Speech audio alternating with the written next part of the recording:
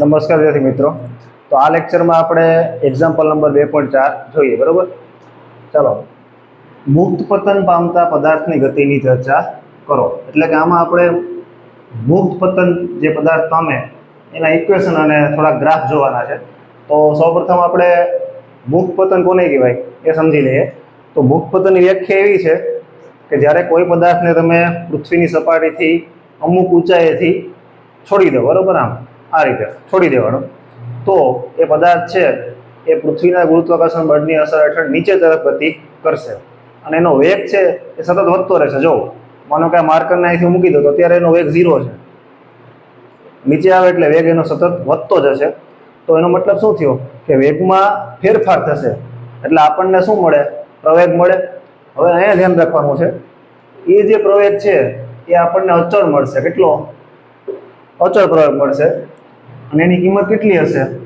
તો કે 9.8 મીટર પ્રતિ સેકન્ડ સ્ક્વેર, અથવા તો ક્યારેક ક્યારેક 10 પણ લેવામાં આવે। અને આ જે પ્રવેગ છે એને ગુરુત્વ પ્રવેગ કહેવાય। શું કહેવાય? ગુરુત્વ પ્રવેગ, બરોબર।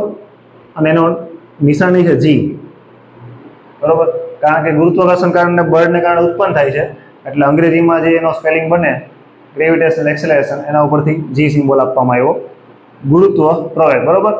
અને તમારે કેટલી વસ્તુ યાદ રાખવાની છે? તો કે બે કિંમત છે એની, 9.8 અને 10। 10 આપેલા હોય તો 10 લેવાના અથવા તો 9.8। અને બીજી એક વસ્તુ શું ધ્યાનમાં રાખવાની કે આપણે પદાર્થ છે એને જ્યારે નીચે ફેંકીએ આ રીતે, બરોબર, છોડી દઈએ, ત્યારે હવાનો અવરોધ છે એને ધ્યાનમાં લેવાનો નથી। પછી કે જે ઊંચાઈ છે એ ઊંચાઈ આપણે પૃથ્વીની ત્રિજ્યાની સાપેક્ષમાં લીધેલી છે, એના કરતાં ઓછી। હવે ત્રિજ્યા છે પૃથ્વીની એ કેટલી છે? તો કે 6400 કિલોમીટર છે પૃથ્વીની ત્રિજ્યા, બરોબર, આ રીતે। એના કરતાં ઓછી ઊંચાઈ હોય તો આપણો જે પ્રવેગ છે એ આપણે અચળ સામાન્ય સંજોગોમાં લઈ શકીએ, અને આ પ્રવેગને શું કહેવાય? ગુરુત્વ પ્રવેગ। તો આ એક જનરલ વ્યાખ્યા થઈ મુક્ત પતનની કે ભાઈ મુક્ત પતન કહેવાય કોને, બરોબર। તો હવે આપણે શું કરવાનું છે આમાં? તો કે પહેલા તો આ ગતિ સમજો, કેવી ગતિ છે? તો કે પદાર્થ નીચે ગતિ કરે છે આ રીતે, એટલે સુરેખ ગતિ થઈ। બીજું કે એનો પ્રવેગ અચળ રહે છે, તો પ્રવેગ અચળ એનો મતલબ કે અચળ પ્રયોગી ગતિનું ઉદાહરણ થયું। તો હવે આપણે જે આગળના લેક્ચરમાં ભણી ગયા અચળ પ્રયોગી ગતિના સમીકરણો, બસ આપણે એને આમાં એપ્લાય કરવાના છે। રેડી? ચાલો, હવે આપણે પેલા સમીકરણ એપ્લાય કરતા પહેલા આપણે ગતિની જરાક અક્ષ નક્કી કરી લઈએ।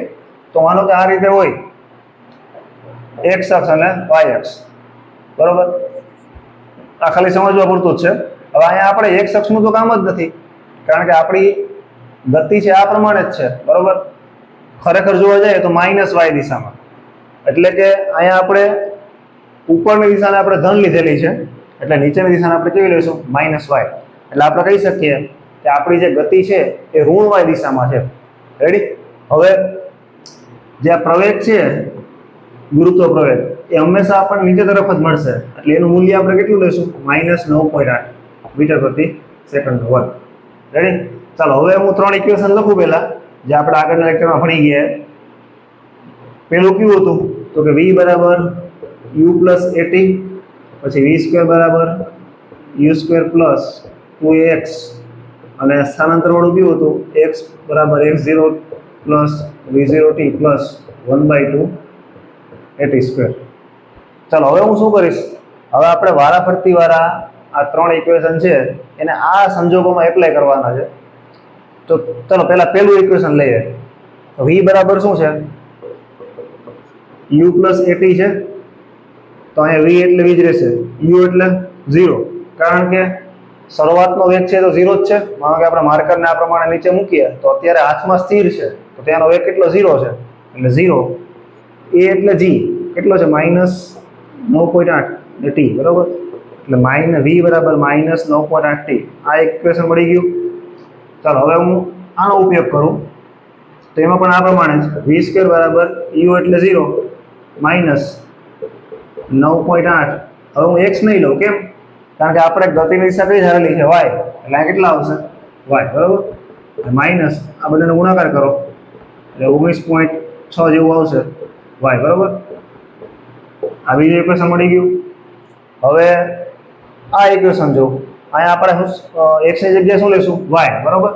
તો y બરાબર શરૂઆતનું સ્થાનાંતર 0 જ છે એટલે 0, આ પણ 0 પ્લસ 1/2 a એટલે -9.8 અને t સ્ક્વેર, બરોબર?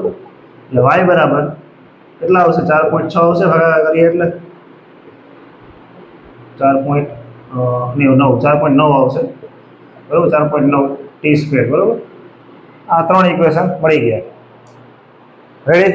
શું કર્યું આપણે? તો કે આ માત્ર ત્રણ ઇક્વેશન છે એને આમાં એપ્લાય કર્યા, બરોબર? હવે આપણે શું જોઈએ?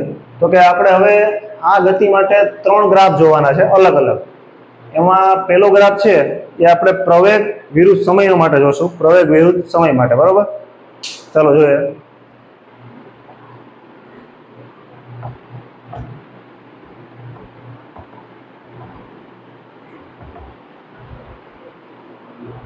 ચાલો પહેલો ગ્રાફ છે એ પ્રવેગ વિરુદ્ધ સમય માટે, બરોબર?